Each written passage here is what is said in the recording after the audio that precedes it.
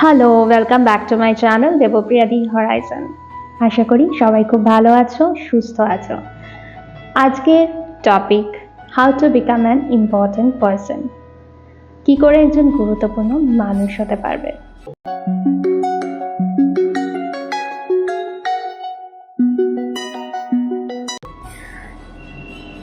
Speak last, try to be a good listener first. ধরো তুমি একটা কোনো ফ্রেন্ডস গ্রুপে গেছো বা তোমার কোনো ফিয়ান্সে বা হাজব্যান্ড ওয়াইফ যার সাথে কথা বলছো, সে তোমার কাছে কিছু একটা শেয়ার করতে এসছে, কোনো একটা কথা। তুমি সেই কথাটা পুরো না শুনে যদি আগেই রিপ্লাই দিয়ে দাও বা রিয়াক্ট করে ফেলো, তাহলে কিন্তু তুমি সবসময় একটা ভুল মন্তব্য করার চান্স থেকে যাবে তোমার। কেন জানো তো, তুমি তো তার কথাটা পুরোপুরি শুনলে না সেই অবধি। হয়তো সে বলতে চাইছে কিছু এক, তুমি উত্তর দিচ্ছ আরেক। তাহলে কি হবে, নেক্সট টাইম থেকে সে কিন্তু তোমার কাছে সে কথা বা কোনো কথা শেয়ার করতে আসার আগে দুবার ভাববে। তাই জন্য তার কথাটা পুরোপুরি শেষ করতে দাও, তারপরে সেটা বুঝে রিপ্লাই করো। বলা হয় ওয়াইজ পিপল সবসময় রিপ্লাই করে আর ফুলিশ পিপল রিয়্যাক্ট করে। তাই সবসময় ওয়াইজ পিপল হওয়াটাই ইম্পর্টেন্ট। দেখবে অনেক সময় এরকম অনেক বন্ধু আছে যাদের তুমি কোনো একটা কথা শেয়ার করতে গেছো, সে হঠাৎ করে তোমার কথাটা 2-3 লাইন হয়তো শেষ হয়েছে, তার মধ্যেই সে কোথাও একটা নিজের প্রবলেম কানেক্ট করিয়ে নিজের প্রবলেম বলতে শুরু করে দেয়, এবং তোমার কিন্তু সেই না বলা কথাটা না বলাই থেকে যায়। সে কিন্তু তোমার কথাটা শুনতেও চায় না, সেটা নিয়ে খুব একটা বদার্ডও থাকে না, কিন্তু তোমার কিন্তু পরের বার থেকে কখনোই মনে হবে না সেই সব বন্ধু বা মানুষের সাথে গিয়ে আর নিজের কথা শেয়ার করি। কি হয়তো এটা তখন কি হয়, সেই মানুষটার গুরুত্ব কিন্তু তোমার কাছে ন্যাচারালি আননোয়িংলি কমে যায়।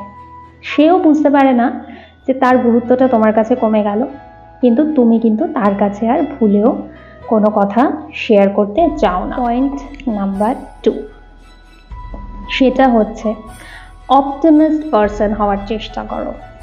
দেখবে সবসময় মানুষ একজন অপটিমিস্টিক মানুষকেই ভালোবাসে বা পছন্দ করে, যার কাছে অন্তত সবসময় ভালো কথা শুনতে পারা যায়, বা যে অন্যের ব্যাপারে ভালো ভালো বলে, বা সবসময় সব কিছুর মধ্যে একটা নেগেটিভের মধ্যে পজিটিভ খুঁজে পায়।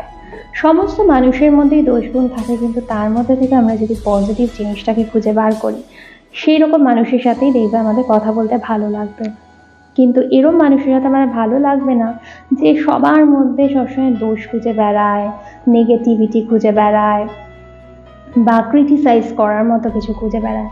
এইসব মানুষের ভাইব্রেশনটা আমাদের কাছে একটা নেগেটিভ ভাইব্রেশনের মতো। তাই চেষ্টা করো সব সময় অপটিমিস্ট থাকার। আর মনে রাখবে, হিউম্যান সাইকোলজিতে বলা হয় যে আজ তোমার সাথে বসে অন্য কারো নিন্দা করছে, কাল যখন তোমার সাথে তার সম্পর্কটা খারাপ হবে, সে কিন্তু তোমার ব্যাপারেও নিন্দা করতে দুবার ভাববে না অন্যের কাছে।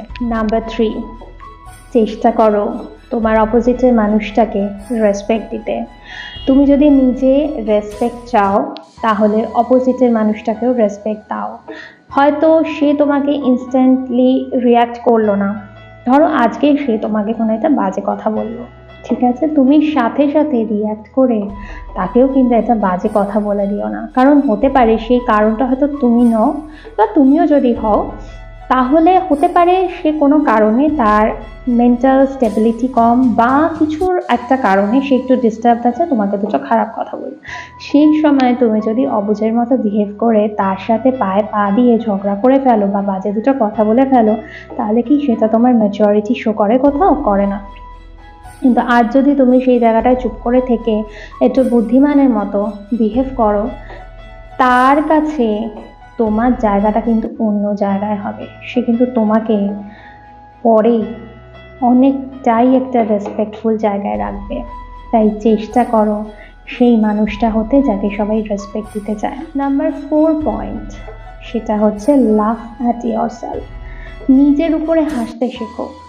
এমন অনেক মানুষ আছে দেখবে, ধরো তুমি কোনো একটা বিয়ে বাড়িতে একটা সুন্দর ড্রেস পরে গেলে, কিন্তু তোমার কোনো একজন বন্ধু সে হয়তো তোমার সেই সুন্দর ড্রেসটা দেখে তার ভালো লেগেছে, কিন্তু তোমাকে একটু ক্রিটিসাইজ করে দিল বা কিছু করে দিল যে ইস, এটাই না তোকে একদম ভাল লাগছিল না। তুমি যদি নিজের উপর নিজে হাসতে জানো, তুমি ধরো সাথে সাথে বললে ঠিকই বলেছিস, আমারও না ড্রেসটা পরে মনে হচ্ছিল কিরকম একটা আমাকে ভালো লাগছে না, সে দেখবে পরের বার থেকে তোমার উপরে এরকম বাজে ধরনের মন্তব্য আর করবে না, কারণ এইসব মানুষরা এগুলো করে আনন্দ পায়। আর তুমি যদি সেই সময় রিয়্যাক্ট করে ফেলো, তাহলে সে রিপিটেডলি সেটাই করতে থাকবে। তাই সেই সময় রিয়্যাক্ট করো না, নিজের উপরে হাসতে শেখো, কারণ তোমার পরা ড্রেস যে তার অপোজিটের মানুষটার ভালো লাগবেই এমনটাও না, বা তার পরা ড্রেস হচ্ছে তোমার সবসময় ভালো লাগছে তেমনটাও নয়। তাহলে প্রত্যেকে নিজের চয়েস আছে, নিজের রুচি অনুযায়ী জিনিসপত্র পরবে, নিজের ভালো লাগাটা আগে ইম্পর্টেন্ট হওয়া উচিত। আগে নিজের ভালো লাগাটাকে ইম্পর্টেন্স দাও, তারপরে অন্যের মন্তব্যকে।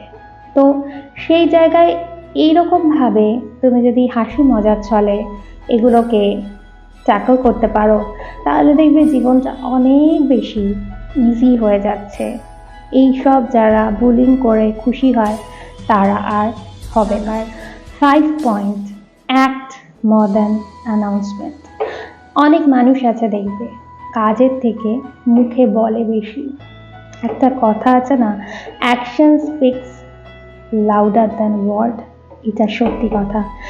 মানুষের মুখে তো ধরো দুনিয়াটাও জয় করতে পারছে, কিন্তু কাজে যদি সেটা করতে না পারে, তাহলে কি হয়? ধরো কিছু মানুষ আছে শুধু মুখেই বলে আমি এই করি, আমি সেই করি, আমি দান করি, ওই করি, তাই করি, কিন্তু সে কাজে কিন্তু কিছু করছে না। সে কিন্তু বুঝতে পারছে না যে অন্যান্য মানুষরা সেটা আস্তে আস্তে বুঝতে পারছে, এবং সেটা বুঝতে পেরে তাকে কিন্তু আর পাত্তাও সেভাবে আজকাল আর দিচ্ছে না তার কথায়। মানে সে যতই জাহির করছে না কেন, কিন্তু সেই পাত্তার জায়গাটা কিন্তু তারা নেই। তাই তুমি সেই অ্যানাউন্সমেন্টওয়ালা মানুষটা হও না, তুমি অ্যাকশন নেওয়া মানুষটা হও, যাতে তোমাকে মানুষ অনেক বেশি গুরুত্ব দেয়। আজ যদি মানুষের চোখে তোমার সেই কাজটা ধরা না পড়ে, আজ থেকে কিছু বছর পরে হলেও পড়বে, কিন্তু সেই মানুষটা হয়েও না যাকে লোকে ভাবে যে এ তো সবসময় ফেক কথা বলে, শুধু মুখেই বড় বড় কথা বলে, কাজের বেলায় কিছু নেই। আর যেটা তোমাদের করতে হবে, ভিডিওটা যদি ভালো লেগে থাকে অবশ্যই লাইক করো, তোমাদের লাইক আমার কাছে ভীষণ ইম্পর্ট্যান্ট। আজকের এই সমস্ত পয়েন্টগুলো অবশ্যই নিজের জীবনে অ্যাপ্লাই করো এবং করোই। আর তোমরা যদি আমাকে ফেসবুক থেকে দেখো, তাহলে আমার ইউটিউব চ্যানেলটাকে সাবস্ক্রাইব করো, আর ইউটিউব থেকে যারা দেখছো তারা নতুন তারা আমার চ্যানেলটা সাবস্ক্রাইব করো, কারণ এটা একটা নতুন চ্যানেল, যেটা আমার কাছে একটা সদ্যজাত শিশুর মতো, সেটাকে আমি আস্তে আস্তে বড় করছি। আর সেই বড় করার জন্য তোমাদের সবার ভালোবাসা, পাশে থাকা আমার কাছে অত্যন্ত ইম্পর্ট্যান্ট। তাই আজকের মতো এই পর্যন্তই। ভালো থেকো, সুস্থ থেকো, টাটা।